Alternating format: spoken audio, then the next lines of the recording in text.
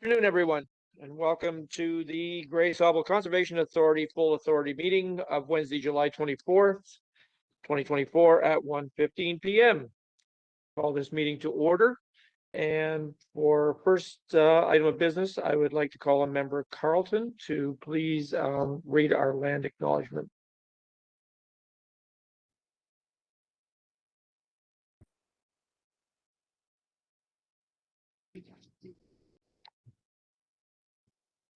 Thank you. Thank you, Mr. Chair. We acknowledge with respect the history, spirituality, and culture of the Anishinaabe, the people of the Three Fires, known as Ojibwe, Odawa, and Potawatomi Nation, who have inhabited this land from time immemorial. And further give thanks to the Chippewas of Saugeen and the Chippewas of Nawash, now known as the Saugeen Ojibwe Nation, as the traditional keepers of this land. We also recognize the Métis whose ancestors shared this land and these waters. May we all, as treaty people, live with respect on this land and live in peace and friendship with all its diverse peoples. And I want to read a quote from a book that I recently read. It was written by Elf Dumont, and it's called The Other Side of the River. Elf is an Indigenous ordained minister with the United Church of Canada. And this quote is a remembrance by Elf of a teaching told to him by Bobby Woods, also known as Tatanka Husti, a Lakota elder. And I like the perspective outlined here and think it is one worthy of reflecting on, especially when we are participating in meetings such as here with the Conservation Authority and bring our different views to the decision-making process. So Tatanka Husti says, "My way of looking at life is not your way of looking at life. The way I talk about life is not the way you talk about life. We must honor each other's way of looking at the world, and we must honor each other's way of talking about the world." Thank you. Thank you, Member Carlton. Wise words, and not even going to mention the American situation right now to think how that might resonate. So moving on. Point two, disclosure of pecuniary interest. If anyone has anything to declare, or you can later, obviously, if it comes up. Seeing nothing, thank you. Sorry, Member Greg.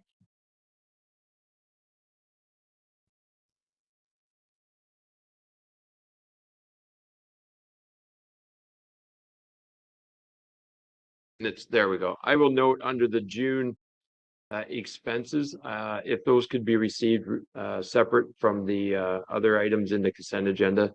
I do have one item relating to Bruce Trail Sydenham expense reimbursement. Certainly, thank you. Noted. We will do that in the consent agenda. Point three, call for additional agenda items. Anyone, anything else? And seeing nothing, then this is a big room. Member Farfur. I'll have one item of additional business, just congratulating staff around the start of the summer camp programming. Excellent, thank you. I will try and find everybody. Point four, the adoption of the agenda. I will move that the Gray Sauble Conservation Authority Board of Directors approve the agenda of July 24th, 2024. May I have a mover and a seconder, please? Member Bell and Member Shaw. Thank you very much. All in favor? Carried. Thank you. And the approval of the minutes of May 22nd, 2024. I will move that the Gray Sauble Conservation Authority Board of Directors approve the full authority minutes of May 22nd, 2024. Does anyone have any? Member Mackey.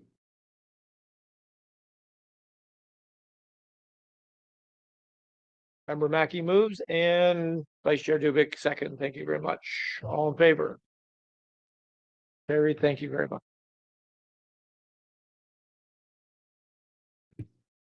Point six, business out of minutes. There is nothing at this time, so we'll move to the consent agenda. And as mentioned, we will poll point two, administration receipts and expenses. So I think we'll cover off everything else first, and then we'll come back to that. Does anyone else have anything else on the consent agenda they wish to pull? As I look around the room, thank you. Yes, Member Day.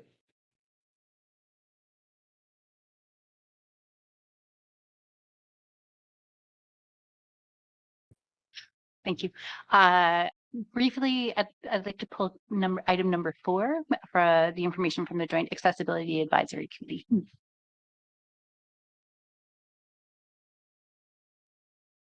Is that point 3 or 4? 4 is conservation material. Sorry, it was attachment 4. Thank you. All right, so then let me do this.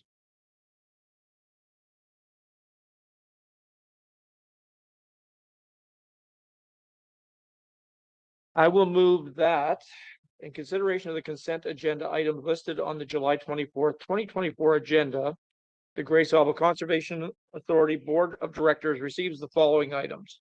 1, environmental planning section 28 permits, May and June 2024.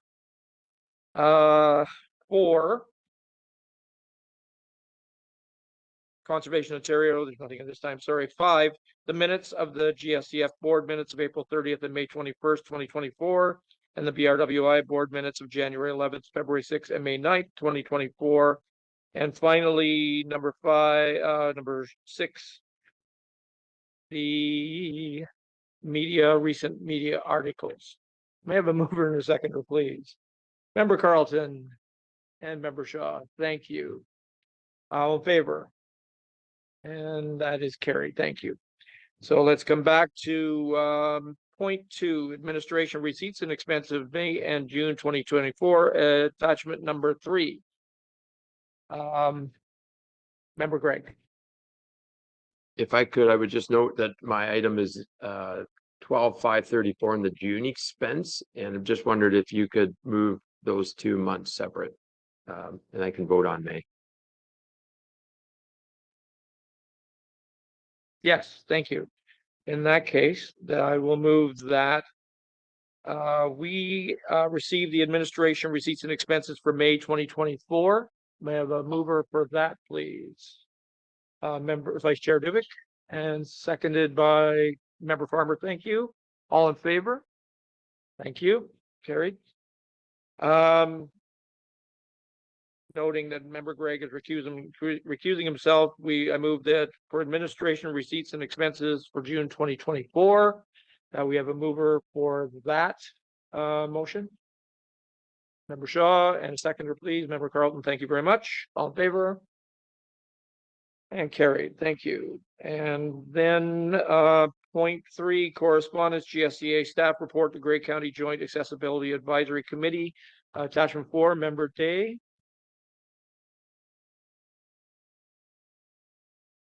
Thank you. I was just curious if there was any feedback from the Joint Accessibility Advisory Committee about the plan presented to them.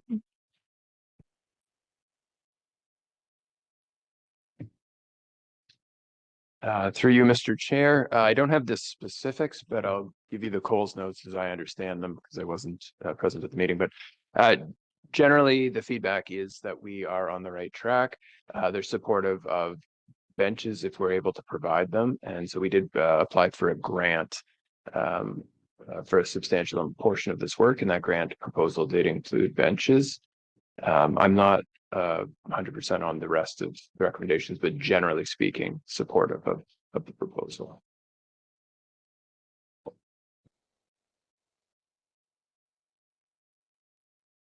Thank you. That was my only question. Thank you, Member Day. And thank you, CAO Lantier, for the explanation. On that regard, then I will move that we accept the administration receipts and expense, the correspondence GSCA staff report to Grey County Joint Accessibility Advisory Committee, attachment number 4. Mover and seconder, please. Member Farmer and Member Carlton. Thank you. All in favor? Carried. Thank you very much. Moving on to business items. I believe we have for point 1 orientation forestry, attachment number 8 in your agenda. I believe that we have Mike that's going to be making a presentation.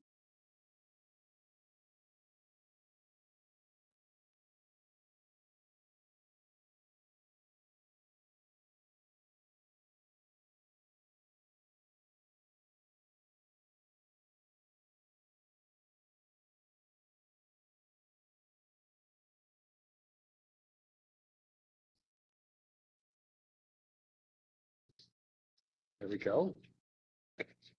We'll figure this out as we go. Okay.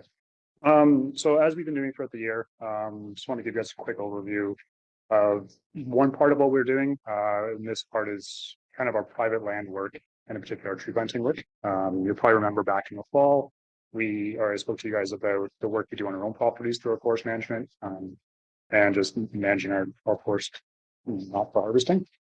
This side of it, it's mostly focused on tree planting, but we do other work. We do other work that way.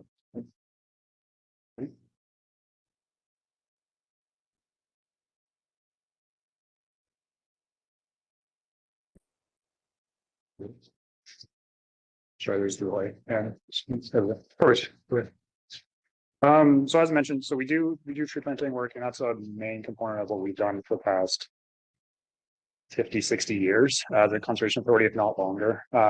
It's kind of been hit and miss. We've had some high years, we've had some really low years.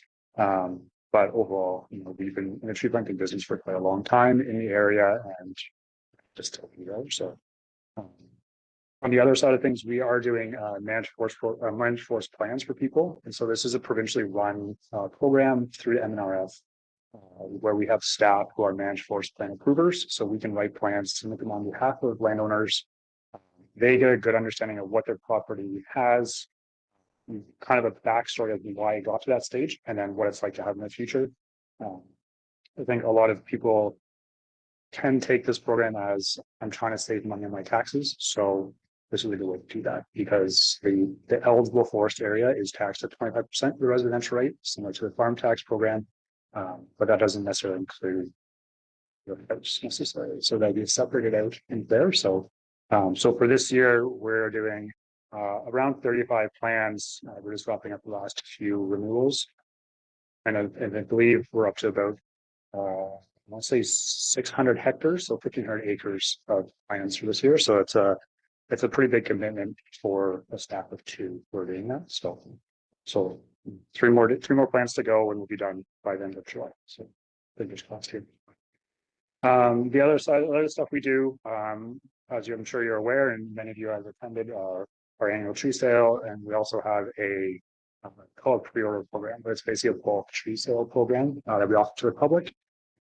So this past year, through that pre-order program, we have an online ordering system that's open for 6 weeks, a month to 6 weeks.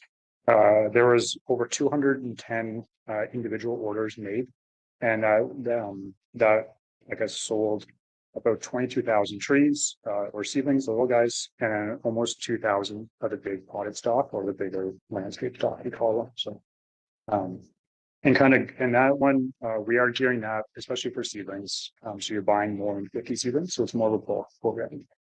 Because we're buying so much trees every single year, we get a discount. We try and pass a discount along to other people. Nurseries don't always love it that we do it that way, but that works out nicely for everybody. And so we've been doing that for probably 20 years now. We have a ton of returning people every single year. And usually we're getting emails November, December saying, when can I order? When can I order? What do you have? What do you have? It's hold on, we're working on it. We'll get you going in January. And then it's always, we code that in March, and it always comes out, how many trees for yet? How many trees for yet? And there's still 3 people on the ground. So no, we'll let you know. But it's a really positive experience, I think, for people. And then the other side of that, and just to kind of go in to complement that, we do offer a Saturday morning tree sale. It's generally once a year. And that one, I think this was the 20th anniversary, but we took a couple years off COVID in there. So, and so for that, it's a bit of a crazy morning. I never really know what happens, but it happens. And again, we're selling the same trees, but there's no minimum order size on that. It's just, if you want one seedling, you buy one seedling. I think, and it's a great experience. Especially for families to come along, and we've started to leverage it to promote more than just the forestry side of things. It's now, this year, we're looking at the strat plan. In years past, we've had the watershed sandbox, the AR sandbox available for people to look at. So it's a great experience for people to come in and then to see what else Sauble does. Okay, so just to kind of give you guys a bit of backstory, and this is kind of my intention on this one is more the tree planting presentation as opposed to everything else we're doing. So, let's see. One screen is slow, so that's not getting nice. So on your screen there, it's a chart showing the number of trees we planted through Forest Ontario, the Region of Trees Ontario, since 2005. So you do see there's some pretty high years. 2011 in particular was up around 300,000 over that. We've had some years where, or a number of years where it's over 100,000 trees that we're planting across the watershed. There is kind of a little bit of a decline in that graph. From what we're hearing across all the planting groups in the area, that decline's happened every week. And there's a couple of factors that are hitting that. One, the price of land, the price of agricultural land, especially, has gone through the roof. These crops are worth a lot more than just retiring the land. But two, if in 2005 we did our job properly, I shouldn't need to allow to plant trees again. So ultimately that number should decline because we're planting the trees. So it's a bit of a nice story, I guess. And we are working with Forest Ontario and a couple other organizations to try and bump up the numbers, but what they're saying is our area is kind of declining. So we're just trying to work to see what we can do to keep that going. So maintain our numbers. Okay, and so this is a summary for this year for 2024. We put in just over 41,000 trees this year. So that works out to about 28 hectares, so almost 70 acres of new forest that are gone in. And you can kind of see there, so we're in Georgian Bluffs, Meaford, Chatsworth, and the town of Blue Mountains. The projects, it was a weird year. There were small groupings, but the groupings were really scattered. So it was we could kind of hit 2 or 3 projects in this area, jump over, hit 2 or 3 here, I think, which was nice, but there was not like a kind of even spread. And that's just the way that projects come in. And it's, you can't force the landowners to do a job. So it's have to work on that. So, and again, this year we were working with Forest Ontario as a funder. And so they provide funds that we pass on to landowners to offset the cost of the project. So I'll get into that in a little bit later, but generally what we're seeing is the grant covers historically between 50 and 95% of a project's cost. So the landowner is paying 5% in some cases. This year we're averaging out around 77% is covered through the grant. So it's a great program that way. And it really encourages landowners to actually get into it, which is great. Okay, now here's the exciting part, I guess I'll say, but so this is kind of, I tried to write out how we get the project from an initial phone call or email to the final reporting stage. And this was my flow chart that I developed, which it works out recently, I guess. But so there's kind of 5 main steps that we take. And you kind of see it alternates between going in the office and then with the office to your office. So that first, that initial contact, generally it's someone gives us a call, shoots an email, response to a social media post, and we reach out to them. And usually it's a desktop review first, using our mapping software or a county GIS site, just to see what the property looks like. The one on the screen here, and it's in the presentation. That's one of the products we did this year. And what will happen? Someone will call in and we'll say, okay, well, where do you go? First things first. And then we find your property. Okay, how much area do you have? And a lot of the time people say, oh, I have 50 acres that I want to plant. And we're like, oh, awesome. That's amazing. That'd be fantastic. And then we look at it and it's one like this. And it'll be everything outside of the green box that they want to plant. And everything there is mature forest or regenerating forest on the top, which is not something we can necessarily plant. So there's a bit of a learning curve, I guess, for landowners of what we can do and what the programming funding requirements are. So we kind of have an education component. And what we've seen is kind of a third to a half of people who call us get rejected at that stage, unfortunately. So it's just the way it goes, but it also saves us time. So going into the field right away, trying to do a site visit, we can kind of eliminate people and offer different services to them. So it looks like this. And also on that screen, when we're able to have the map, we can kind of see what the site will look like and give us an idea of what it's over. So it works out nicely for us to have that initial conversation with us. So once they pass that first gate, so to speak, set up a site, set up a time to go look at their property. And again, we are kind of talking with the program, what they can and can't do within it, or what we're allowed to do within it. What services we offer as Great Sauble, and what, we're not going to be out there and deep planting or taking a tree spade and putting those trees in the ground. We don't do that. We do seedling plantings and some kind of a bit of larger stock. We're talking about the program requirements. The programs they're not targeting those big trees. They're targeting seedlings. People, and there's also minimums and other requirements in there. So people, it takes a couple of conversations, I guess, just to make sure that everyone understands each other and what's going on. As we're going out to the site, we are looking at everything that we can about the project, about the property. If we planted it before, it's fantastic because we have a bit of information. If there's any soil information or anything like that, makes it a lot easier. But as we're on the site, and this is actually one of the sites we planted this year, we're walking around the area that they want to plant, doing soil pits to look to see what kind of type of soil it is, see how much soil there is, how many rocks are in the ground, things like that. Looking at to see what the current use is and what has happened in the past. Some sites, they can look fantastic kind of from afar, but when you get up closer, you could have 2 feet of dead grass off the top, which it's a bit of a struggle for us to plant through. So we're trying to just figure that out so we can target, or we can really tailor our planting project to them. We're also looking for moisture in the soil, how deep the soil is, because we're so influenced by the escarpment here. Again, a site like this could look great, and you put your shovel in the ground and it goes in 2 inches. Fortunately, you can't easily. So, and ultimately, we want to have a project that the landowner is happy with, the funder's happy with, and we're happy with. So we really do try to be picky on what the project is, so that we know that it's going to be successful.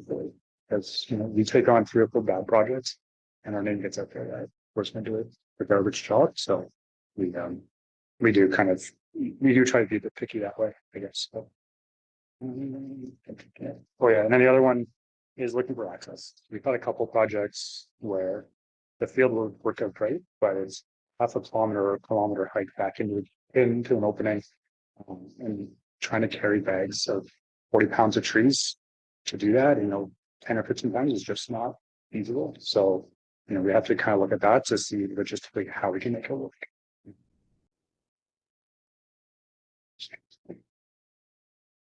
You'll see that picture again, but so this is a site plan actually from a project from this year. It's over in Meaford. And so this is, once we have all the field data, we bring it back and we take the time to develop the site plan out, and from that site plan, the cost estimate. The site plan, sorry, it might be a little bit small to read there, but their site plan really tries to detail everything. Talks about who the landowner is, where the property is, their contact information, phone number, email address. And then kind of getting into what's on the screen here. The top section is detailing the species of trees, the number of trees, and the number of trees by site. So it's really laying it out so that you can clearly see site 1, we're putting in 9,000 trees. Here's the breakdown of trees. We can also say in here, use this size of tree also, because we can get different sizes of the trees by species. So if we think a site needs to have larger trees for whatever reason, we can put that into here so that we can give this plan to somebody and say, go execute, see you later kind of thing. It's talking about, it shows off the density and the spacing, which are fairly linked to each other. So again, so we can just say, go and do it. And also how we're going to plant it. So we do offer machine planting services. So this is a tractor with someone sitting on the back, putting trees in the ground. It's not an automated process, unfortunately, or hand planting. So, the site plan here, it goes into the site again, like the soil types, the drainage topography, any competition, and also the previous land use as well. And then the kind of the bottom half on the left hand side, that's really how they're going to execute the project. So it's talking about the site preparation, the planting prescription, and then any tending. So tending is just post-planting work. You like to have fun terms, and that's kind of like fun terms. So for this one, the landowner was going to mow the site ahead of time to control the grass competition. And then we're going to go in, and because it's in 2 sites, we have it kind of broken out that way. And it tells you, we're going to machine plant this many of each of the species and use this spacing. So this plan, that previous photo of the grass field, there's some flags in there. We laid out the flags that A, we can make sure our rows are straight, but B, so that the landowner can see the rows. So when they're mowing, they're not mowing down the trees essentially. And in these cases, when landowners are going to mow, you get a little nervous. People driving along with a 7-foot mower deck or planting 8 feet apart. If you sneeze or you check your phone, you're taking out 10 or 15 meters. Fortunately, it happens every year. It's going to happen until all the time, but we try our best to accommodate that where we can. Thanks, Mike. And I just wanted to say, are you okay with taking questions during the presentation as opposed to saving to the end, just in case anybody has any points of interest? And I do have one. It's obviously agricultural land is the example here. Obviously, we know how much Ontario land we're losing to ag land we're losing annually. It's a very large number. It's very interesting that it's going from ag to tree. I mean, lesser of evils, at least it's something that's still natural. But are there conversations regarding that about why they're going from ag to trees and trying to sway that in any way? I mean, it's funny because it's against what we're trying to do, but also we want to keep the ag land. So Yes, is the short answer. As part of that initial conversation that we had with them on the phone and on the site, it's why do you want to do this? I think for each of the funders we have had the last couple of years, they want to know what their motivations are or the landowner motivations are.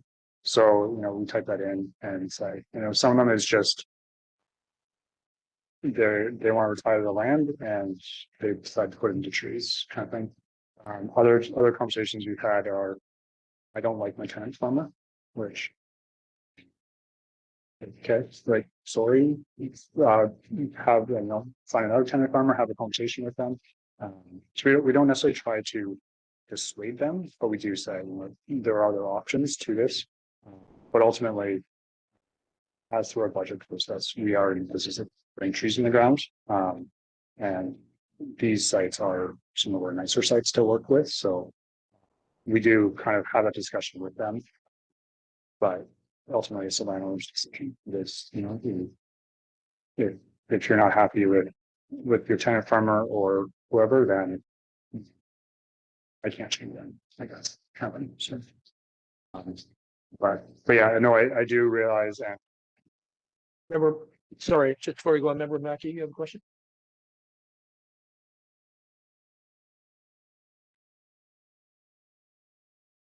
I should know that. Thank you, Mr. Chair. I appreciate you bringing up that point because it is and has been in the past sometimes at conflict with the agricultural community. And the members that sit here on county council, we're seeing more and more, and some of them have been planted, trees that have been planted by conservation authorities. We're having requests to have them cut down so fields can be squared off. So I don't want to see trees planted where in prime agriculture. And in the presentation, both those fields look like they're prime agriculture. And in a subsequent report that we've got, we're encouraging people to plant on scrubland. So maybe we should have a different picture of something with a bunch of rocks in it and hawthorns that is actual scrubland and not agricultural land. And there's lots of different people out there, lots of different farmers that are certainly willing to, if a landowner doesn't like their tenant farmer, there are all sorts of other ones out there. People are begging to get land right now. And at a couple $100 an acre. So if some of these people recognize that they could get $200 an acre as opposed to just planting it in trees, because you're right, we're losing a lot of farmland, and So anyways, I won't go on my sermon any longer, but I think it is important that we protect our farmland. And my question, I think, was what your chart with the reduction, that was a good explanation why it's being reduced, but we've planted out a lot of the areas, Mike, that can be planted. Do we know if the forest coverage area in the watershed has increased over the last 25 years? Has it decreased? Are we at that, good soft point that we want to be at? I mean, I have no idea. When you drive around the countryside, we have a lot of forest in Grey County. We're very fortunate, but I don't know where we're trying to get to, I guess.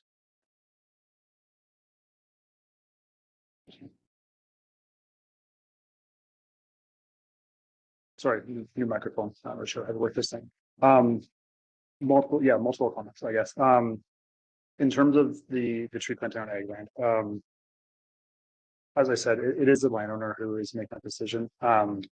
We do media outreach, but landowners are contacting us. We do understand that we are losing farmland. We also are losing forest land, and forest land, to have a mature forest, it's taking maybe 100 to 200 years to get to that point. We are also seeing that there's a lot of forested land being lost to agriculture, which is so. I think there's definitely a conversation to have, and I know we've had some through our agricultural committee and with the previous board. There were some members who made their opinions known, which was, I think, a good voice to have on the committee or on the board. Sorry. So we are trying to find that balance in terms of the long-term, land use, land cover. You can look it up. Imagine through the watershed report card, we could do a calculation on forest cover since we are doing that. Off the top of my head, I don't have those numbers with me though, but and sorry, just to jump back. A lot of the time when these landowners are wanting to plant trees, if they're going to come to us and we say no because it's ag land, they're going to go to somebody else. So by trying to operate this as a business, it would kind of be very unfortunate to say, Grey Sauble is not going to plant the trees, but then there's 5 enterprise over here. I know there's so it's one of those things where it's trying to find that balance.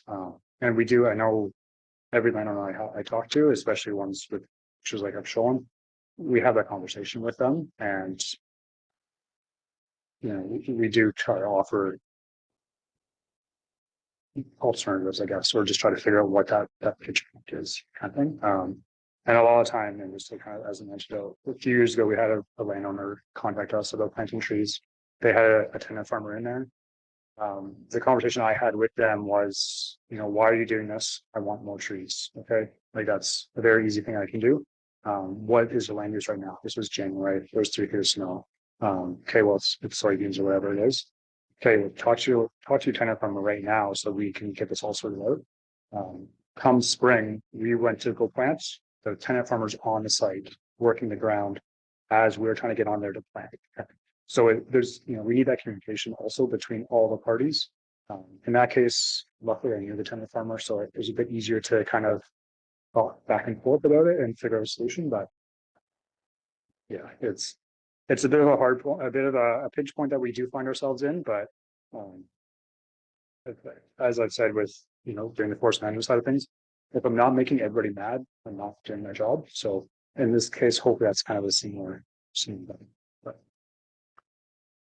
any other questions? Member Day? Maybe a quick palate cleanser change of topic. And I, of course, also see that fine balance between agriculture and forestry. They're both important. I am just curious about the Norway spruce. I see you mostly have native species there, and I don't want to get too far into the weeds, so to speak, but I'm curious about the inclusion of I believe it's a European tree. So Norway spruce, you are right.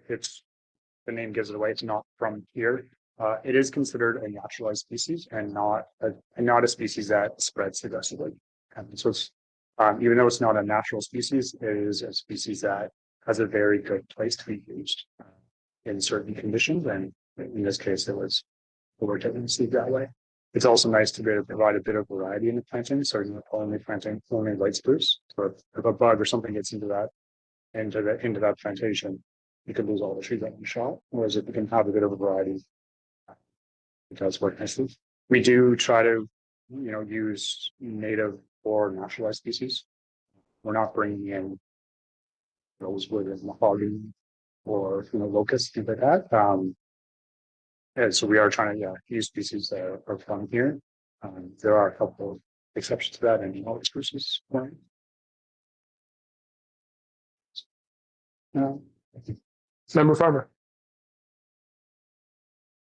Apologies if I missed this, but is the commitment that for landowners that the land will remain forested in perpetuity, or is there a time horizon that they're committing to sooner than that?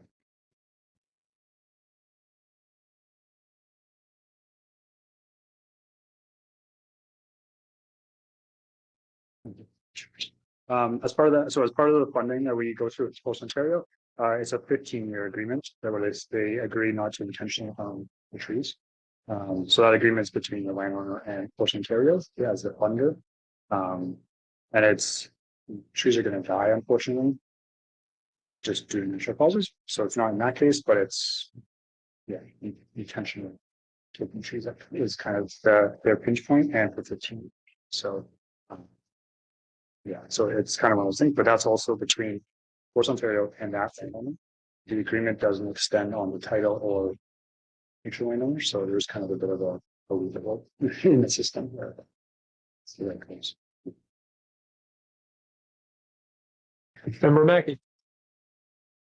Thanks, Mr. Chair. I'd just like to follow up on Member Farmer's point.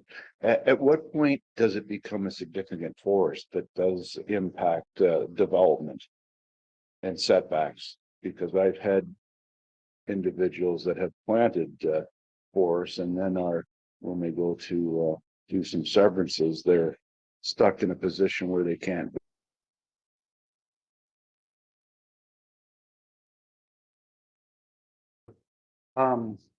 That'd be a great question, because the significant woodland is at the county level. So that'd be a great question for them. I'm not sure if I know that answer, to be honest. Sorry. There is potential, and there is a tree cutting bylaw within Bruce and Grey counties, and many counties do have those, but that's yes. Is a short answer. Okay, so after we have the plan developed, we have funding in place. We have an agreement with the landowner. We're just waiting for spring, basically. And again, just like us selling trees, we're waiting for spring. People are calling us, when are you coming? When are you coming? When are you coming? And then spring hits, and we're like, oh my gosh, we're not going to sleep for 2 weeks or 6 weeks or whatever the number is, right? So, it's usually a mad dash because our trees are coming from nurseries. The nursery is trying to get the trees out of the ground as fast as they can, get them frozen or get them cooled off, and then out to customers. The main nursery uses out of Alliston, and they basically supply all of Southern Ontario. So we're talking millions and millions of trees here. So it can be a little bit of a logistical nightmare to try to, make sure Mike gets his tree before fall gets available, whoever it is, kind of thing. So, once we have the trees here, we do have a cooler that we can keep them cold. And it's usually running from mid to late April till we're done planting. So that can be into early June. So the picture in the presentation on the screen there was one of those sites we had this year. The brown area is the area that we have sprayed. So it's a 1 meter wide herbicide application there. And we're planting into the middle of that, or as close as possible to the middle of that. And that's just the grass, surprisingly, is a big killer of trees for us, because there's so much grass, and when snow falls on it, it stays on top of it, and it kills a tree or severely deforms it. Also, rodents love to run around in the green grass. They don't like to be exposed. So this kind of creates an area where the trees are a bit protected. So, and so usually this is a spray that we can see the effect of it for a year to 2 years. And that gives us the tree a pretty good chance to get established and get going kind of thing. Yeah, so we plant and, hope, against all hope and do, I'll do rain dance I can that the weather is decent. It's not a super hot, 6 week span like you've had in the past. I like to have those kind of nice cool days where if it's snowing, like if it's, just warming up slowly, that's perfect. Going from a cooler of 4 degrees to 25 or 30 degrees, it's a big shock. So it's just, fun. So once the tree's in the ground, we take a breath and then get into reporting. Because of the funding, they want to know what we planted, when we planted it, how it was planted, and everything like that. So this is just a screenshot of the Forest Ontario site, the different projects we've had, and then we need to report back everything to that kind of thing. So that's the 5 steps, very high level that we kind of go through the plant trees. Be happy to answer any additional questions. Thank you for the presentation, Mike. I think we've covered off a bit there already. Anybody have any further questions? Member Greg. 2 questions, and I guess just a point. I've been encouraged with the work that you do, Mike. I'm probably a pretty fervent supporter of landowners' large abilities to do what they so choose on their land, and not want to interfere too much in that. So if they're pursuing the tree planting, then I like to think that I'm supportive of that initiative and would like to further it. 2 questions. 13 years ago, 12 years ago, when you were planting 200 to 300,000 trees in a year, what type of staffing load was required to support that as compared to last year when it was 41,000 trees, just from a departmental perspective? And secondly, the report talks to 250 per tree through the Forest Ontario's 50 million tree program. So I'm just wondering, can you inform me a little bit more on, like, does the landowner pay like $1 top up on that 250 subsidy? Like, that's just a taxpayer subsidy at 250 a tree, I presume. So I'm wondering, what's the skin in the game for the landowner? Because at the end of the day, they're going to benefit from an offsetting tax benefit. And I guess the more you can plant, the better. Anyone that's followed the federal government's promise of planting a couple billion trees, and it's farcical. I mean, it's an exercise in complete incompetence to this point in time as to how many they planted, as it's aligned with their promise of how many trees they're going to plant. So I guess there's an abundance of opportunity out there, but can you comment on just what type of correspondence, communication, opportunities trickle down to your department from announced initiatives such as that? So question number 1, I guess, departmental size. When we were doing 2,000-3,000 trees, at that point I believe there was 2 hand planting crews of 4 plus 2 tractors there, and so that would be a driver plus 2 in the back, or a driver plus 1 in the back. I think so. Looking at 12 minimum kind of thing. And for some years, I know they contract pricing into another station. So yeah, so it's a bit of a difference. For the 41,000, there was myself and so and we kind of tried to shift, or I took over for the 5 years ago. We tried to shift it from having a larger crew to more of a smaller crew that you can easily move around quickly and kind of fit in there that I get today versus having 8 people go to a site and you're stomach the tree. In terms of the funding, so that 250, it's 250 per tree. If you hit the minimum or you do 25,000 trees, you still have 250, so there's no sliding scale that way. It really does vary on how much skin the landlord has been doing, for lack of a better term. It really depends on the project type, I guess. For a project that we're machine planting with no spray, you should be getting 95% coverage of the total project cost. If it's a hand plant, hand spray, with kind of expensive species, you could be, yeah, you hear 50% on coverage. So it really does vary. It really does vary that way. Yeah, and then in terms of, yeah, the 2 billion program, the media releases go out, we get uptake from it. I'm not sure if we're gonna hit 2 billion. It's a high number to hit kind of thing. But you know, I guess it's a good, it's using the machine forward. So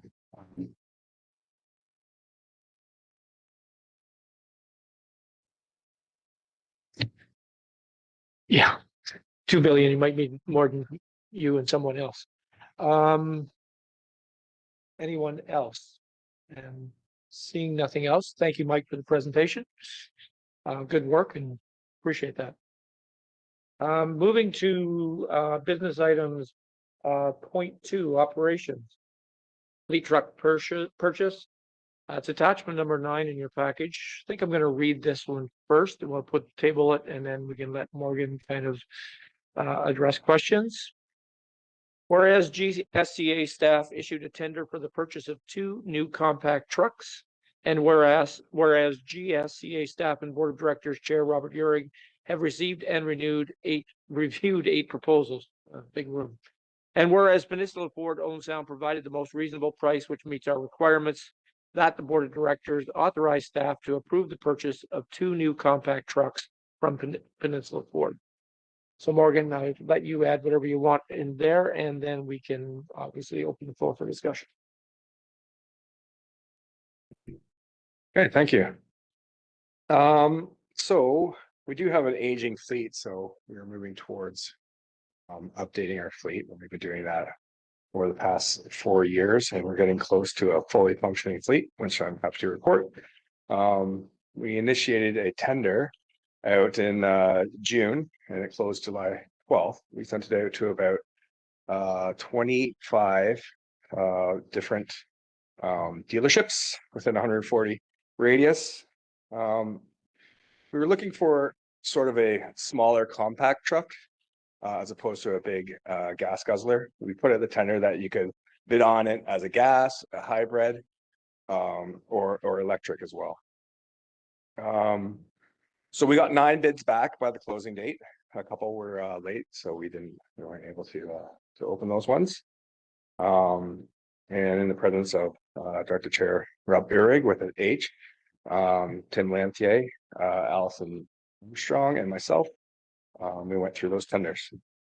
Based on the review of the tenders, GSA is recommending that we purchase 2 new gas Ford Mavericks from Peninsula Ford Owen Sound. Peninsula Ford did meet all the requirements and exceeded them because they're throwing in winter tires as well, which is very helpful. The final price for both trucks is $81,677.48. Funds will be drawn from the fleet reserve to pay for the invoice. Although this item is not included in the 2024 budget, it was included in the 2023 budget for $70,000. We held off because we did have a grant out. We were hoping to get some money to kind of get into the green market, a bit more into the electric market. Unfortunately, we didn't get that. So we didn't find that out there till March. So this is why we delayed it to this year. I'm open to any questions. Thank you, Morgan. Well, I did table that motion. I actually didn't get a seconder, so I will look. Thank you, Member Mackey, and I'll open the floor for any discussion. You're right. I made the motion first, so I will actually ask for a mover, please, on that. Thank you, Member Gregg and Member Mackey, seconder. And any questions for Morgan? Member Gregg. I presume I already know the answer, but I should just ask the question anyway. We don't have any towing requirements that you're concerned about not meeting in the future with the medium size of all-wheel drive in terms of the fleet and the equipment that we have. So for the towing capacity with a tow package with the all-wheel drive, it comes with 4,000 pounds. That easily tows one of our mowers, which is one of the most traveled. And the smaller compacts, we get a lot less gas mileage, or a lot more gas mileage for what we're doing compared to our bigger trucks. So in terms of like payload and what we need it for, it's exactly what we need it for. We do have the bigger trucks for the bigger payload stuff. But for what we need these trucks to do, these meet all the requirements. Member Duvick. Thank you, Chair. So I believe I understood that we put away $70,000 last year in terms of a budget for the two vehicles, and this is coming in just, I guess, over 80,000. Just from a, I guess, from a finance perspective, how do we cover the overage? Is that a reserve, or if just any information on that would be helpful? Thank you. Thank you. The $70,000 was to be drawn from the fleet reserve in the first place. So it wasn't that we were necessarily putting money away, but we're constantly putting money into the fleet reserve. So with the cost of vehicles being what they are, we'll just plan to draw 81,000 from that reserve instead of 70. Thank you, CAO Lenthier. Member Day. Thanks for the explanation about the green vehicle grant process. And I just wanted to pass on gratitude for the effort in that regard and hope that lack of success this time around won't deter efforts in the future.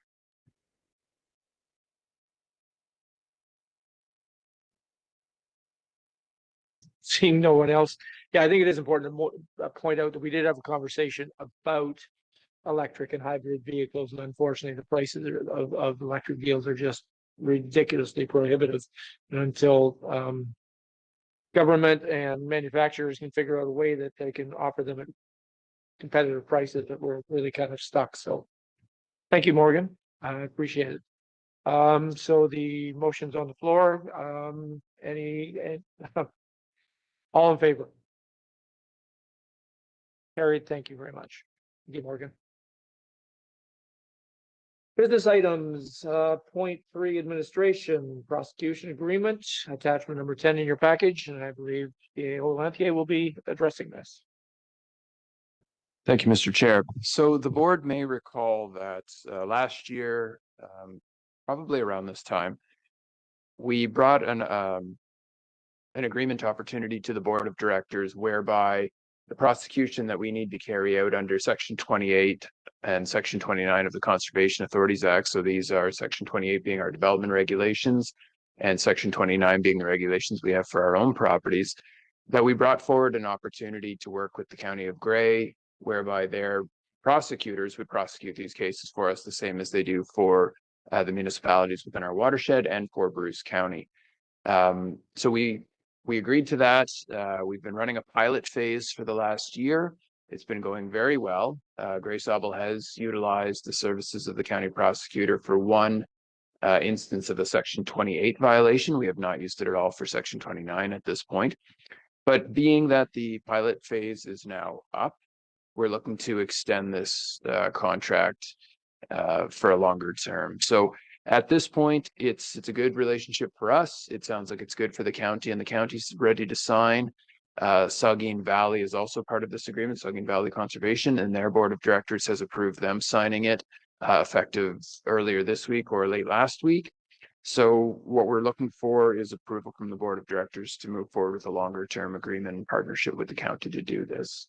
And I'm happy to answer any questions. Thank you, Tim. So again, I will put the motion on the floor. Whereas the Sauble Conservation Authority is responsible for enforcing sections 28, 29, and 30 of the Conservation Authorities Act CAA. And whereas under section 21(1)(n) of the CAA, GSEA may collaborate and enter into agreements with municipalities, other organizations, or individuals. And whereas it is in the best interest of the efficient and responsible use of public resources for GSEA and Grey County to collaborate on this item, that the GSEA Board of Directors direct the CAO to negotiate and execute a one-year pilot project agreement with Gray County for prosecution service. Sorry. Oh, yes. Okay, thank you. Yeah, I believe the board, yeah, so the report states that an ongoing agreement with the County of Gray for prosecution services.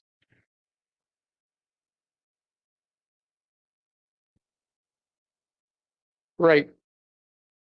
So I will reread that using the proper, because it's at the end, it wasn't in the first note. Whereas the Gray Sauble Conservation Authority, GSEA, is responsible for enforcing sections 28, 29, and 30 of the Conservation Authorities Act, CAA, and whereas under section 21, bracket 1, bracket N of the CAA, GSEA may collaborate and enter into agreements with municipalities, other organizations, or individuals. And whereas it is in the best interest of the efficient and responsible use of public resources for GSEA and Gray County to collaborate on this item, that the GSEA Board of Directors direct the CAO to negotiate and execute an ongoing agreement with Gray County for prosecution services. May I have a mover and a seconder, please? Member Farmer and Member Carlton. Thank you. Discussion, please. Member Mackey. Thanks, Mr. Chair. My understanding is that Gray County has an agreement with Bruce County to provide those prosecution services. I'm just not seeing it in this resolution. I'm wondering if there should be reference to the fact that we are providing those services for Bruce County, because we have members of our catchment area does go into Bruce County, but I'm not really seeing that referenced. The fact that we do extend into Bruce, but Gray the prosecution for Bruce. Thank you. I think we're not actually getting into that granular detail with the motion of the that's presented here. So we're not suggesting we're only going to provide it in Gray County, just that Gray County is going to provide those prosecution services for us. So I don't know that we need to get into the granular of where it's being provided. I guess it's not clear to me that we actually are providing services for Bruce County.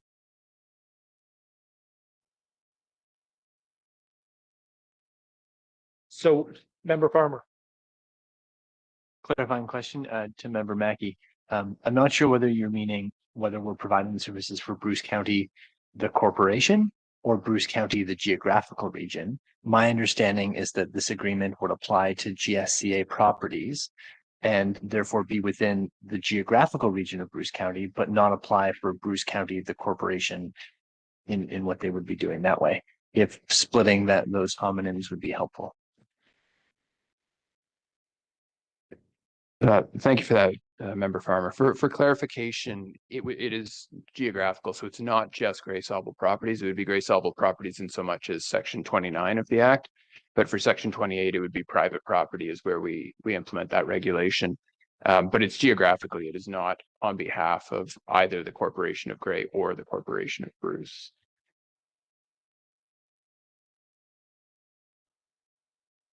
I guess my question to Member Mackey, J.O. Lantier, so would the terminology, if you're wishing to amend, but for prosecution services for GSEA matters in Gray and Bruce counties, would that kind of suffice? Member Mackey? I think it would suffice, because I mean, Saugeen Valley, that we're also providing the service, that encompasses the bulk of Bruce County, the remainder of Bruce County. And I know there is an agreement between Bruce County and Gray that Gray provides the prosecution services. So I just don't think it's clear enough as it stands, Mr. Chair. So I will ask Valerie if you did get that. Okay, so if the amendment were to read that, the last line, that the GSEA Board of Directors direct the CAO to negotiate and execute an ongoing agreement with Gray County for prosecution services on behalf of GSEA for their properties in Gray and Bruce counties. and I have a mover. I'm going for that amendment. Oh, sorry. Member or CAO Lantier. Thank you. I think that rephrasing works perfectly, except that I would remove the 4 properties, just for matters within Grey and Bruce County. Mover for the amendment. Member Mackey, seconder, please. Vice Chair Dubek, all in favor? Carried. Let's go back to the original motion. We already had a mover to seconder for that first motion. I believe, do we not, Valerie? Thank you. So all in favor? Carried. Thank you. Under business items, administration, point B, new budget expenditure, book sponsorship and purchase, attachment number 11 in your agendas, and CAO Lantier will be addressing this as well. Thank you, Mr. Chair. So some of you through your municipalities may be familiar with the work of Mark Zielinski and work that he has done in terms of publishing books and presenting photography related to the Niagara Escarpment predominantly. So we have been approached by Mr. Zielinski to essentially sponsor his new book, which is called Niagara Escarpment, The Land Between Waters. And this sponsorship consists of us pre-purchasing books at a discounted rate. And so what we're proposing is to purchase 20 books at $50 a piece. And that this new book is called, as I mentioned, Niagara Escarpment, Land Between Waters. It is currently supported by several Indigenous communities as well as local communities. I would note that in your package, you'll see a letter of support from the City of Owen Sound and Mary Ian Body. And in the last book that he published, which I have a copy of here, called The Heart of Turtle Island, the Niagara Escarpment, Gray Sauble was the sponsor of that book at that time. And I believe, based on the pricing that's been provided, that we actually committed a larger sponsorship at that time. But as you can see, and then I'm happy to pass this book around, but there were several conservation authorities, several municipalities along the Niagara Escarpment, including, again, the City of Owen Sound, as well as a list of smaller donations along the side. So because Gray Sauble runs our budget pretty lean, we don't actually have this money in the operating budget to purchase these books at $1,000 or $1,000 plus tax. So what I'm requesting from the board is approval to draw up to $1,200 from the administration reserve to support the sponsorship of this book. So as part of the publication of this book, 300 copies are being donated by Mr. Zielinski to the Niagara Escarpment Biosphere Network, which is the new governing body of the Niagara Escarpment Biosphere. So recently that had to be removed from the Niagara Escarpment Commission because UNESCO wants it in a more grassroots body than a provincial body. And so this is the new body that's operating that biosphere and making sure that we continue to have the Niagara Escarpment Biosphere Reserve in place, which is quite important to our local area, certainly to our watershed and any of the municipalities that have the escarpment going through it. So with these books, like I said, we would have 20 of them, and they would be used as gifts for staff, for speakers, for guests, or things of that nature moving forward. So I think it's a good investment because we are actually getting something back out of it. It's going towards a very good cause, and I think being part of this publication is a positive thing, both in terms of getting our name out there, but also in terms of meeting the strategic initiatives that we've set out for ourselves in terms of enhanced land management, thinking on broader scale with the Biosphere Reserve, and achieving organizational excellence. But I'm happy to answer any questions that the board may have. Thank you, Tim. Again, table this for discussion. Whereas the Gray Sauble Conservation Authority Board of Directors approved the GSCA 2024 budget by resolution FA-23-122 And whereas an opportunity has arisen that requires spending outside of the currently approved budget, that the GSCA Board of Directors approve a draw of up to $1,200 from the administration reserve for the purchase and sponsorship of the book Land Between Waters. May I have a move and a seconder, please? Member Farmer, Member Day, thank you. And discussion, please. Member Greg. Looking back to that last book, to the CAO, how many of those copies did we attain? What year did we go through them? How many remain at this time? I can't answer all of the questions. What I can say is this Heart of Turtle Island book, I believe, was published in 2017. So that suggests that that's when we got the books. This copy that I have here in my hand is the last one that we have. I don't know how many we would have purchased originally, but when I look in the Heart of Turtle Island book, there's two tiers of apparent sponsorship. So one where the whole logo of the organization is shown, and one which is just a listing of the organizations on the side. Based on the information that we've received and is included in the board package from Mr. Zielinski, for the purchase of the 20 books at $1,000, our name would be listed down the side, which suggests to me that we purchased more books than that last time to get our logo showing in the book.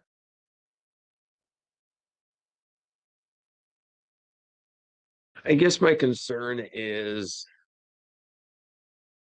the potential multitude of times the taxpayer is contributing to this private entity. I mean, nobody can dispute the quality and how beautiful the book is, or the one that was before it.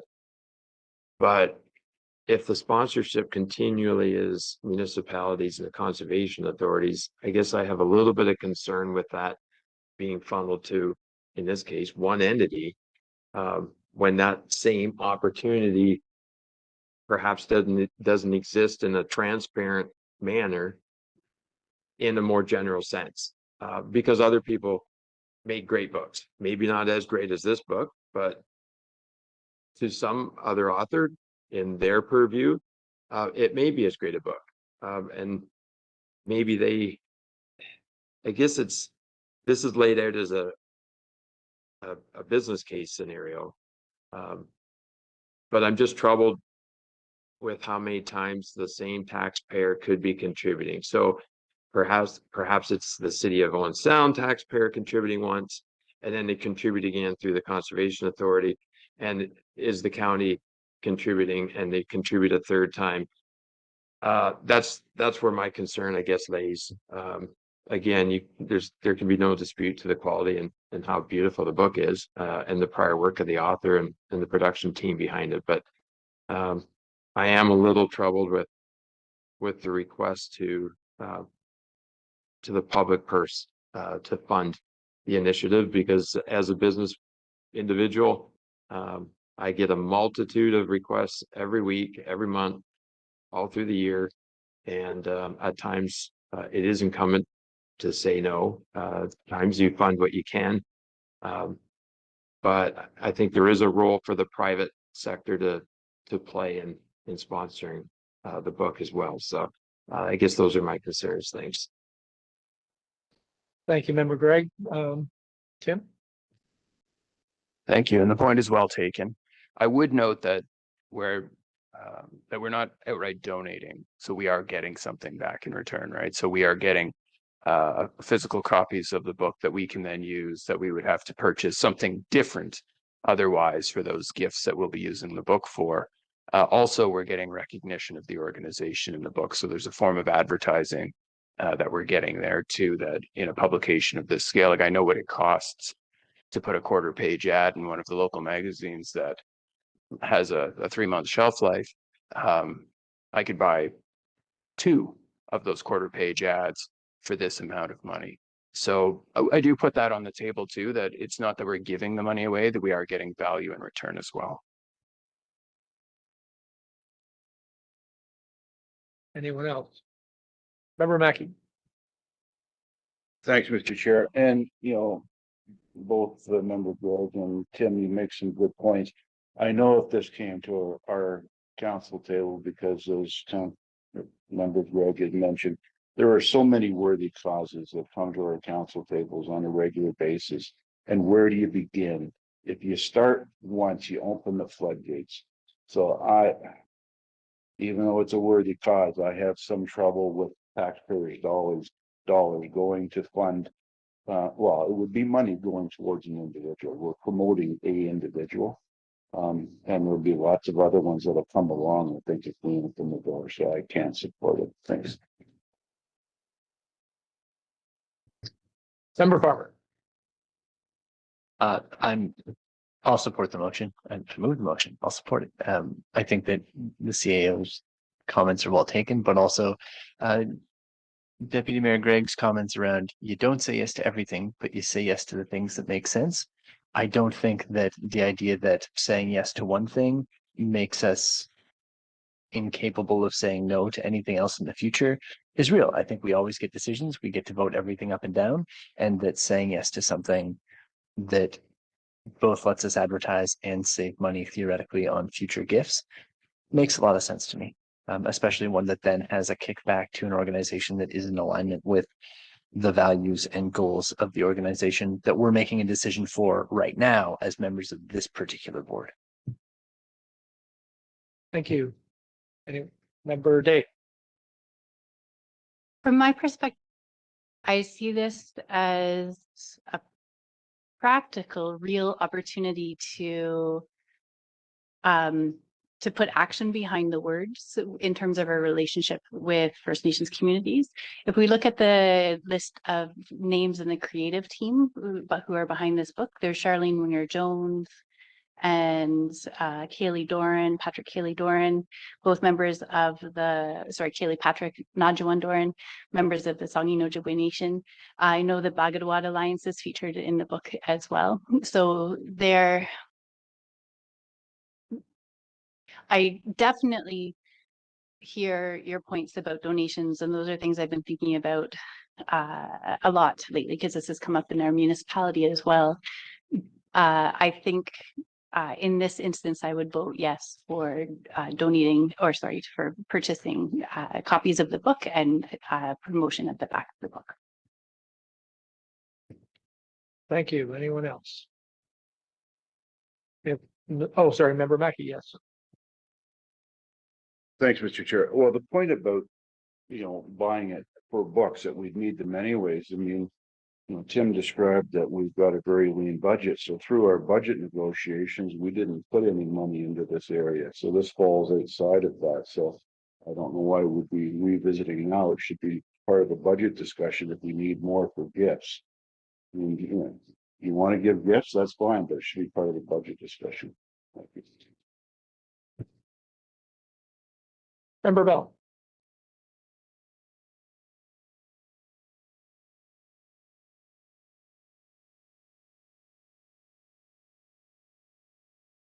There we go. Thank you. Thank you, Mr. Chair. When Grace Sauble has young people come to their sessions of training and camp, I expect that our staff uses resources such as this to help them in their teaching. Would that be a correct thought on my part, that having resources like this are also used as a tool? Through you, Mr. Chair, I will direct this question to our manager of information services who is sitting here. She doesn't mind me putting her on the spot.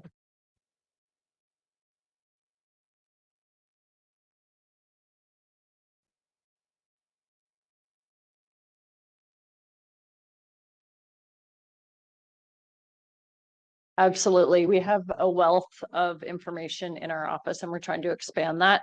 And in addition to that, we have created, Chelsea Vera, our environmental educator, has created a little library nook that she's attempting to expand on.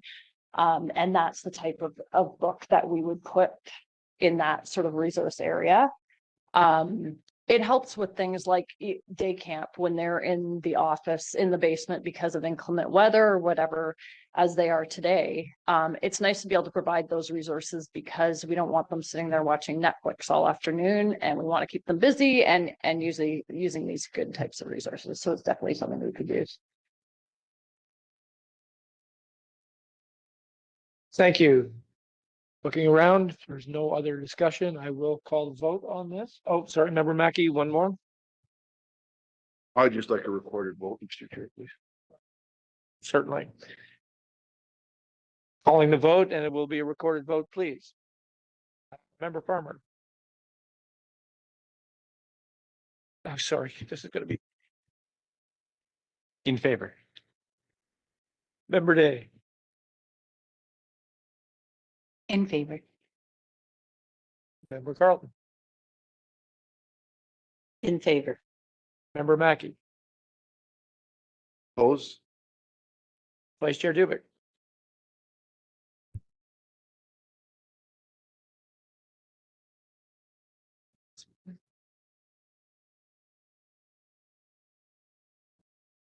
In favor. Member Shaw,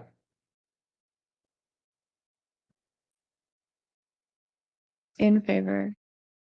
Member Bell, In favor? Member Gregg, Opposed? and I am in favor. So motion is carried. Thank you, everyone. Business items. 0.4 water management, Town of the Blue Mountains Water Quality Delegation Update, attachment 12 in your agenda. And CAO Lantier, please. Thank you, Mr. Chair. So I actually don't have a lot to say to this one. The board will recall that we had a delegation from a member of the public from the Town of the Blue Mountains back in March or April of this year. At the delegation, the individual brought forward concerns about water quality from sedimentation coming down the streams in the Craigleith Camperdown area and impacting that portion of Georgian Bay, Nottawasaga Bay. We prepared as staff at the request of the board a follow-up report. The direction from the board was to prepare a letter based on that follow-up report back to the delegate. We did so. We've received 2 responses from that delegate. One just before the board meeting where we brought our report forward to the board, so it was too late to include their information at that time. And then a follow-up to the letter that we sent them. The letter was sent to the delegate as well as to the Town of the Blue Mountains Council and CAO. This is included for your information. The only reason we didn't put it in the consent agenda is in case one of the board members wishes to speak to it. But otherwise, it's my opinion that we have said what we need to say on this matter, and the responses from the delegate don't change our opinion on what we need to say on this matter. And we would wait for any direction or proposals from the Town of the Blue Mountains or private individuals who want stewardship activities on their private properties before Grace Sauble takes any further action on this. Thank you. Thank you, Tim. Any discussion? Member Mackey. Thanks, Mr. Chair. Tim, this is a great report. Just wondering, has there been, since the report, has there been any contact from the Town of Blue Mountains? Are they wishing, I mean, a lot of the different notes in here talk about we could partner, or they would need, Blue Mountains would need to pay. We provide some service to them. Have there been any reach out from Blue Mountains in regards to this? No. Anyone else? Member Gregg. Thank you for the opportunity, Chair. Under item 6, see if I can help with the page number in the delegates' comments, although it's not populating well for me. But it does reference the Town of Blue Mountain official plan. And there's a question in the mid-body in the paragraph. And I'm pretty certain that if asked, none of the 9 board members could likely answer this question. So this is to the CAO for a response. Why does the CA not uphold the policy of the town's official plan? And this is in regards to the 30-meter setback. So I'm just wondering, Tim, if you can comment and and inform us of the Conservation Authority's position and our role in it. Thank you. So standard setbacks, there's two ways to look at a system like a water course, and these get pulled into policy in documents such as official plans. So one is from a natural hazard perspective, and we would set a general setback for, say, erosion or floodplain or some other such natural hazard issue, unless it is reviewed in more detail. And so we would try to get those implemented through official plans. The other side is through the natural heritage piece. So this is the environmental values. So whether it's fish habitat or water quality or something of that nature. And those would also, we would try to get put into official plans. And 30 meters is a typical setback as a starting point for something like that. So it's never an absolute with these things. It's a starting point to say more work needs to be done within this area. As the board is aware, effective January 1, 2023, Bill 23 came into effect, and that precludes conservation authorities from commenting on anything outside of the natural hazards realm. So we have no jurisdiction to comment on water quality or fish or any other natural heritage item with regards to the town's official plan, which is a planning act document. We can only comment on natural hazards, and we will and do comment on natural hazards, and any setbacks that are required in a general sense will be enforced or reviewed more site specifically at the time. Thank you, Tim. Anyone else? Seeing nothing, then yes, we will accept this report as information. Thank you very much. And move on to administration. Point 5, environmental planning. There's nothing at this time. Point 6, conservation lands. Hunting at Potawatomi and West Rocks properties. Attachment 13 in the agenda. And again, CAO Lanthier.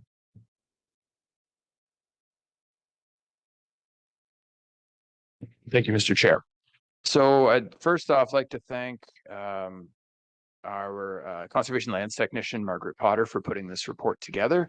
Margaret's unable to be here today to provide this report, so I'm going to provide it on her behalf. We are currently going through the process of updating our permitted uses map. So we have prepared a permitted uses map that has a hard copy and a digital copy that people can use, the public can use to see what's allowed where without having to, first go to the property and see the sign there. As we're going through this process, we're looking at the uses on some of the properties, and hunting is one that we want to take a broader look at all of our properties. But many of these are going to require us to have a lot of consultation with the public and other stakeholders that could be impacted, and to learn their perspectives to determine which properties moving forward it makes sense to have hunting on versus not, depending on how land use has changed over time. However, when we look at these two properties, West Rocks Conservation Area and Potawatomi Jones Falls Conservation Area, these two properties are immediately adjacent to the city of Owen Sound visually. So West Rocks Conservation Area is technically in the city of Owen Sound. So it falls 100% within the boundary of the city. If these screens weren't down, I'm sure you could see West Rocks property from where we're sitting today. So West Rocks is located adjacent to the Owen Sound District Secondary School, High School. It's right across the road from it. It's a popular place for kids as well as classes to attend for various reasons. It's also very close to West Hillcrest Elementary School, which is about a block or a block and a half away from the property. Without going into too much more detail about the West Rocks property and its uses, the most important piece of information here is there's a bylaw within the city of Owen Sound that prohibits hunting. So even if we permit hunting at West Rocks, which we don't recommend based on this report, the bylaw doesn't allow it anyway. So with regards to West Rocks, we feel that there's a safety issue with regards to allowing both uses of hiking and hunting there. The Bruce Trail goes through it as well. So that is the rationale for that one. With Potawatomi Jones Falls, this property is, if anyone's familiar with Spring Mount area in the township of Georgian Bluffs and the Owen Sound Transportation Company office, that Owen Sound Transportation Company building is on the Potawatomi Jones Falls property. And then the parking lot and access to Jones Falls are from there, as well as our memorial forest, which is off of Young Drive at the other end of the property. And there are two other accesses. This property is heavily used by hikers, by tourists. Jones Falls is a very popular tourist destination. The one access point at the Owen Sound Transportation Company tells us that approximately 10,000 people a year use this property, but we know that the other three entrances are also very busy. The current permitted use on the Potawatomi Jones Falls property allows for archery or bow hunting only. We don't see, I've never actually witnessed or observed that use there, but given the very popular use of this property by hunters and by hikers and tourists, sorry. It seems like an obvious conflict of use. We allow hunting on many of our other properties, and it doesn't make sense to do this. So whereas with a lot of our other properties that may have conflicting uses, consultation will be an important part of determining how we move forward with what permitted uses we have. With these two properties, consultation would be hollow because the risk is too high, and the probability of an incident too high to continue to allow hunting on either of these. And as noted, West Rocks doesn't allow it anyway through Owen Sound bylaw. So with that, through you, Mr. Chair, I would welcome any questions or comments from the Board of Directors. Thank you, Tim. So I will table this for discussion. Whereas under section 21-L of the Conservation Authorities Act, GSCA may use lands that are owned or controlled by the authority for purposes not inconsistent with its objects as it considers proper.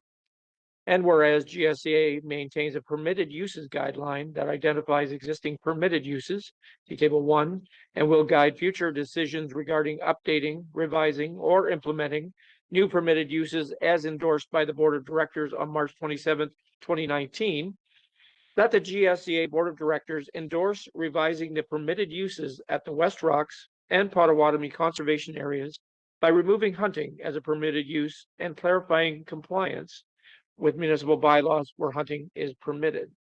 May I have a mover and a seconder, please? Member Farmer and Member Carlton. Discussion, please. Member Carlton. Thank you. I think my comment on this one would be, especially Potawatomi, with 4 accesses, someone pulling in there won't be aware of who else is on that property. And it is a very well-used property with people going on from all 4 accesses. So I totally support removing hunting from that. Thank you. Thank you. Anyone else? Seeing nothing, I will call the vote.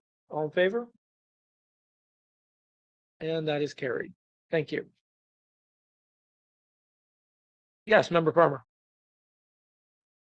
Thank you. A question to the CEO, recognizing that this recommendation was specifically to do with hunting, and that we have heard, at least personally, I've had people approach me to say, how do we have the conversation about rock climbing in the West Rocks? As we're re-examining permitted uses, is there a point in that process where I should be saying, hey, member of the public who wants to climb there, there's going to be public consultation at this time or the other? Or do we currently have a mechanism to solicit that kind of feedback? Is that in the plan, or is that something that people should just reach out to because it's not on the radar currently? Through you, Mr. Chair. We've also been reached out to by a couple of individuals representing a couple of groups multiple times. For that type of use, it makes sense to be included in a larger management plan. We don't have the resources to do the level of consultation that we need to do on that while we're doing management plans for other properties at the same time. So where that activity is high desired use for a few, it's not a priority for the Conservation Authority at this point. So the management plan for that property is probably 4 or 5 years out.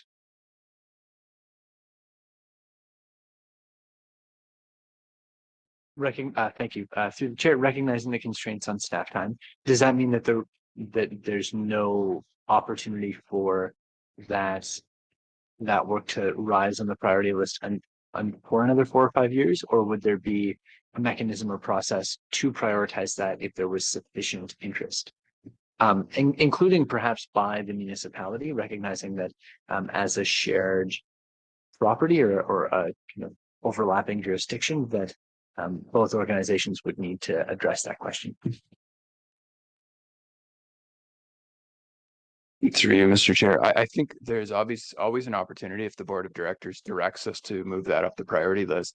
I would strongly recommend against it, knowing about the need that we have for other properties and the high level of use we have at some of the other properties that we've prioritized above West Rocks at this time. Okay, thank you. So moving on to conservation lands point B. We have an update to Grey County bylaw management agreement, attachment number 14 in your agenda. And again, CEO Lantier.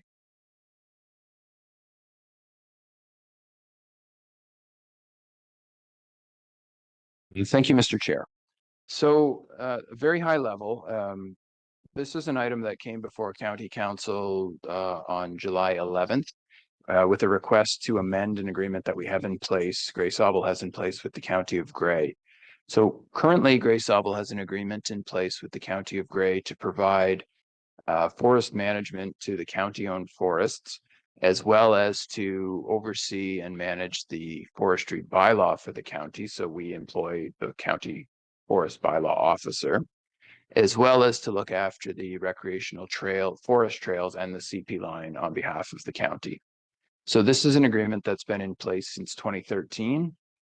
It's a 5-year agreement in 2013. It was renewed for a year in 2018, and then it was renewed for another 5-year term in 2019 through resolution of the board of directors at that time.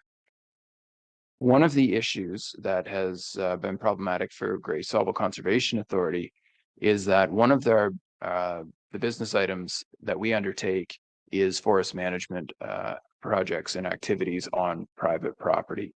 So what that looks like, as Mr. Fry presented earlier today, is we do manage forest tax incentive program plans for people. We do tree planting for people, and we also mark forests to be harvested for people. We do this according to good forestry practices, and we have a registered professional forester on staff, as Mr. Fry is a registered professional forester.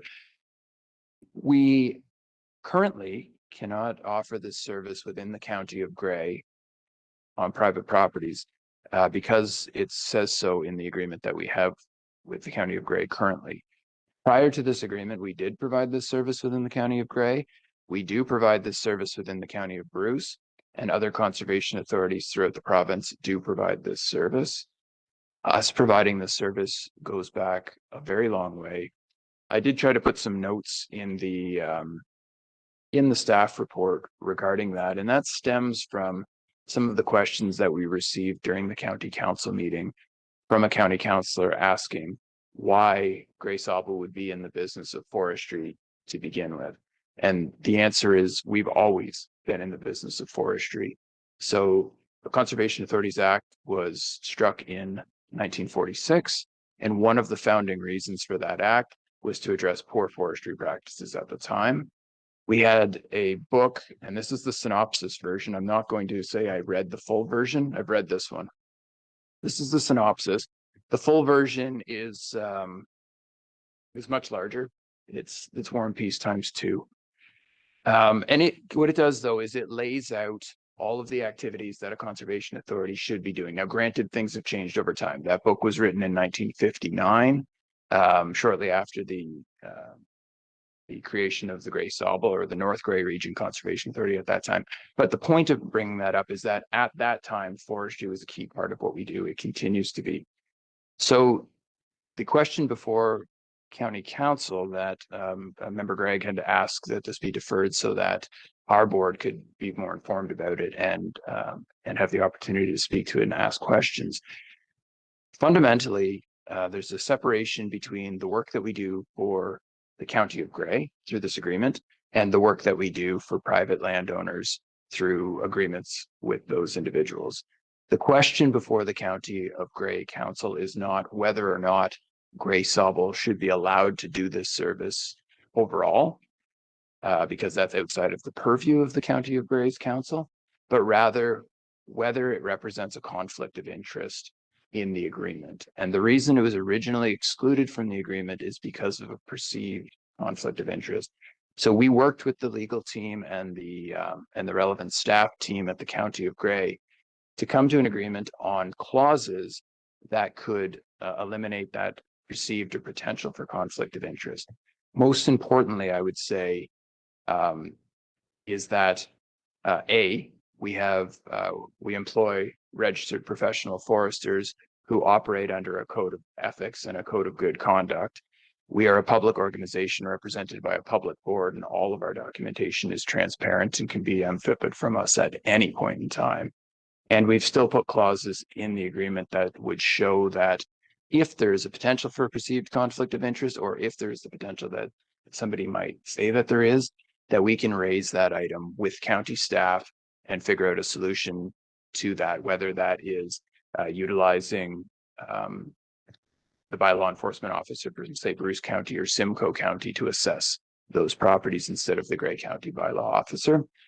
Additionally, as part of the agreement, the Grey County bylaw officer, although he works for Grey Sauble, does not report to anyone in the forestry department. So they're two separate entities within the organization, as it were.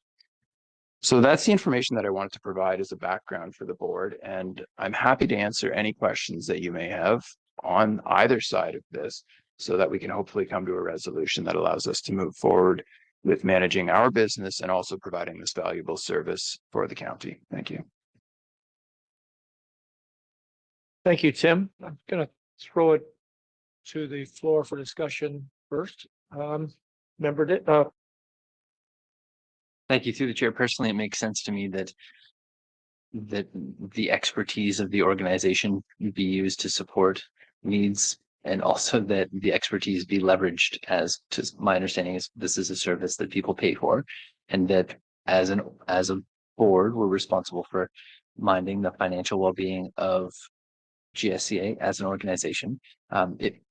Seeing the work that's been done to clarify what was previously the perception of a pinch point in that, it makes sense to me that the steps being taken are being taken to include that again in the agreement. And I'm wondering, if the board agrees with this perspective or is of a shared mind, would it be helpful to send a letter to that effect, or to formally communicate that to the Grey County Council at this time?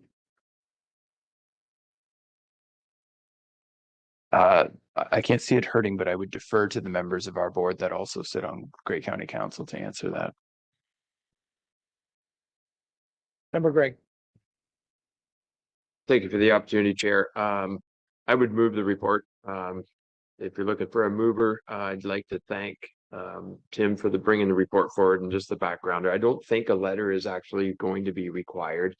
There was some question about the item, but I think it was more in the current context, and we just didn't have the backgrounder that this report has provided for councillors, really, to, if we were asked that question, we couldn't speak to it to the level that we can now, having had the report. And Tim's really just pointed out, we used to be in this business, we used to do the work, and we constructed a new agreement that presented a little bit of conflict, and it's just working to remove that conflict that came about from the agreement. So I think we're probably pretty satisfied as county councillors at this time.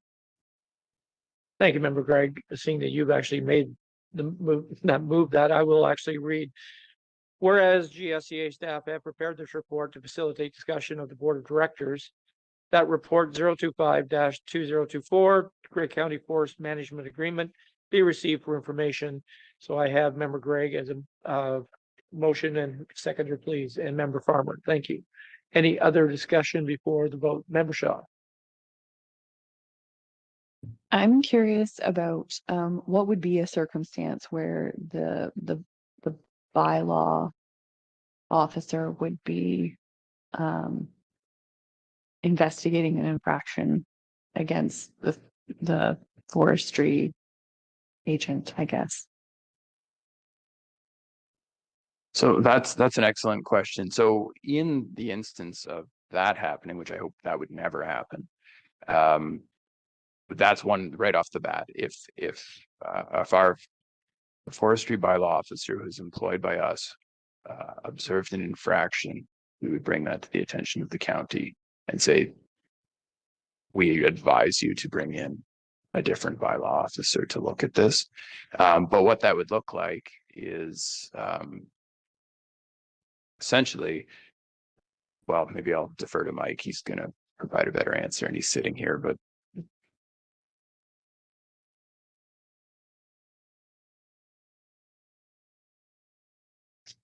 So I guess just to clarify, the question is like, when would the bylaw officer investigate? Is that correct? Yeah. Yeah, so as part of the bylaw, you need to apply for a permit. So and as part of that, he's reviewing the prescription that we're submitting and marking to.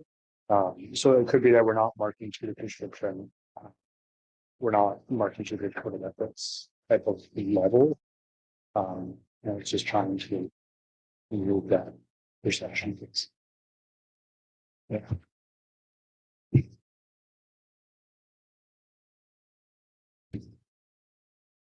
I apologize because I guess maybe I'm not super familiar or with the forestry bylaw, but essentially it's in place to prevent like the clear cutting or cutting more trees, the wrong trees. So it's there to protect the forested land across the whole of the two counties. Which again, to me, it makes sense in an organization with that expertise that we're not duplicating by having to have we're preventing duplication. Sorry, I can't talk today. Yeah, so that's helpful. I appreciate that. Thank you. Tim? I think the other example that we predominantly see with the county's bylaw, and this is more egregious, is somebody just doesn't get the permit in the first place. So again, in theory, could that happen? I suppose, but would it happen? No, because we're not going to not get permits for the work to do the work. Any other questions on this? Member Mackey, thank you. Mr. Chair, and also as a county councillor to member Farmer, I don't believe a letter is necessary. I mean, it was the concerns of one member of council or some questions. And certainly our questions have been answered. I think we can speak more intelligently to that number and we'll go after Tim's report. Some of the concern was that, is there any chance that municipal levy is subsidizing what the private sector is already doing? So private sector do the checking of trees, or which type of marking of trees, I guess is a better term. So are we in conflict with what's already out there? That was one of the concerns that a member of county council wanted some information on. And I think the other point was, I don't think it was clear that it's still open. This is an open process. We could bid on it.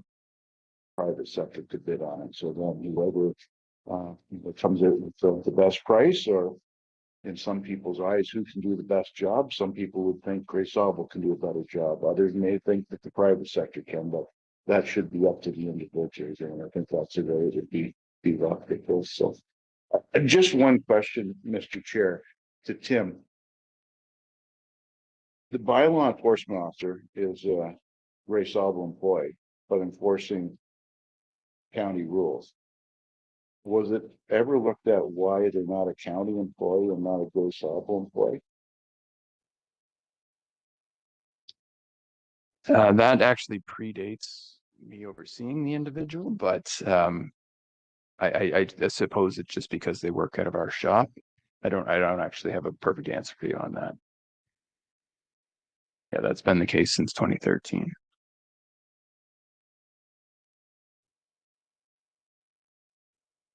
Okay, thank you, Mike and Tim. And is there any other discussion? If not, I will call the vote to accept this for information. All in favor? And that is carried. Thank you. Business points, 7 forestry, 8 communication, and 9 education, and 10 GIS. There's nothing to report at this time.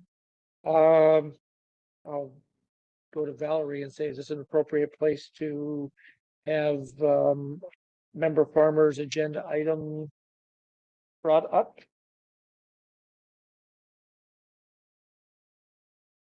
Oh, okay, sure. Let's back up to point 9. Education and member farmer. I'll turn it over to you. Thank you. I just wanted to give a shout out to staff. My 7-year-old nephew participated in what I believe was the first week of the GSCA camp, and he had a lot of fun. And both he and my sister were really happy with the experience that he had there. So just wanted to take a moment to say, glad we do that. Someone I love benefited from that, and congratulations to staff on running an engaging program. And to keep a hyper 7-year-old engaged and enthusiastic is not a small job. And I appreciate, and I think many people appreciate the work being done there. So sending that in. Thank you very much for that. We have a wonderful team working in our education department, and we'll be sure to pass that information along. Thank you. And you're only referring to one potentially hyper child. So the fact that they can handle multiple is kudos. So CAO reports. Thank you, Mr. Chair. So a couple of things that I wanted to bring to the attention of the board and just let you know what's going on. Through the Eugenia Falls Management Plan, one of the items that was identified as an action item was the renewal of the cenotaph, the Royal Canadian Cenotaph that occurs within the Eugenia Falls Conservation Area. And so we've had great uptake from the community on this project, and we've started working on a revitalization project for it. So what this includes is the gardens right now, well, the gardens right now are rather unkempt, but what is left of them consists predominantly of things like daylilies and hostas and other non-native species. So through the efforts of the community groups, we have a landscape plan from a local landscape architect or designer that works in native plants, who has designed a plan to replace those with all native plants, as well as paint the fencing that's through there to revitalize it and make it look better.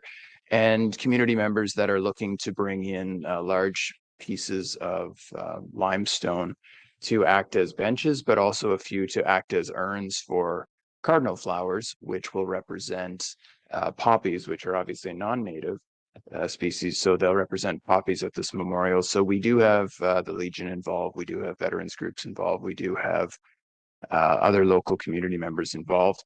And we were successful in securing a $3,000 grant from Community Foundation Grey Bruce to go towards this project. So we're really grateful to Community Foundation Grey Bruce for that. It sounds like there's going to be a lot of volunteers stepping forward to help with the project. So part of that includes removing plants from the site and then prepping the site and getting new plants.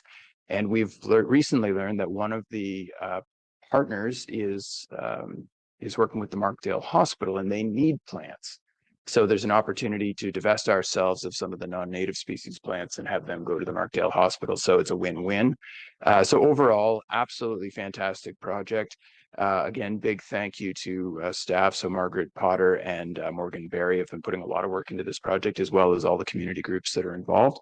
We hope to have everything up and running by Remembrance Day this year, and there are 2 Remembrance Day ceremonies that occur there every year, one on Remembrance Day proper, and one on the Sunday preceding Remembrance Day by I believe, the local United Church.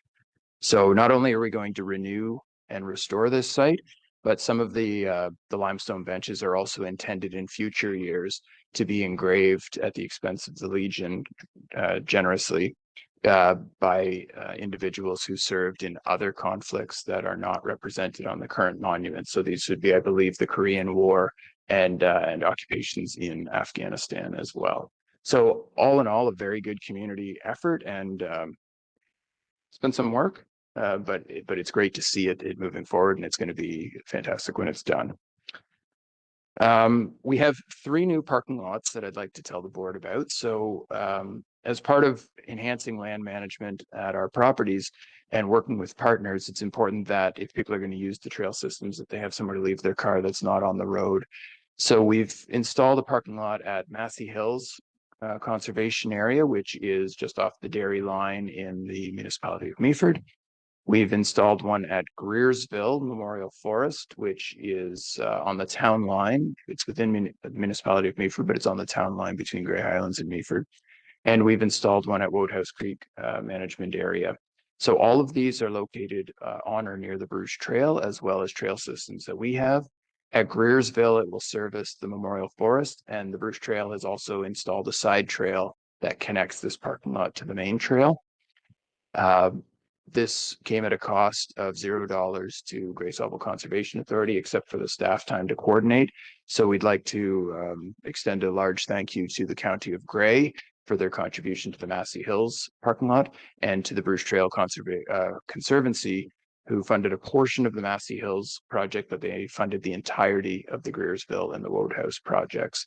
We were able to complete them for well under what we thought the budget would be, and in very short order as well. So really great news, and another example of how partnerships can benefit everybody in the community. On May 23rd of this year, we received, well, the foundation received a bequest from Elwood Moore in the amount of $2,000. So Elwood Moore was one of the founding members of the North Grey Region Conservation Authority. Elwood sat on the board of directors for 44 years and had been an honorary member of the board up until the time that he passed away a few years ago, just shy of 101 years old. Elwood was, we've talked about Elwood at this table before, but Elwood was a dedicated member of Derby Council, as well as a dedicated member of the Conservation Authority, both the board and beyond. So as a parting gift, Elwood, as I mentioned, left $2,000 to the Conservation Authority Foundation, and this was presented to the foundation by Elwood's son, Brian, on May 23rd. A couple of other events that have happened since we last met, because it has been a while. On June 9th, in the Arboretum at the Grey Sauble Conservation Authority office, the foundation hosted the Memorial Forest ceremony event.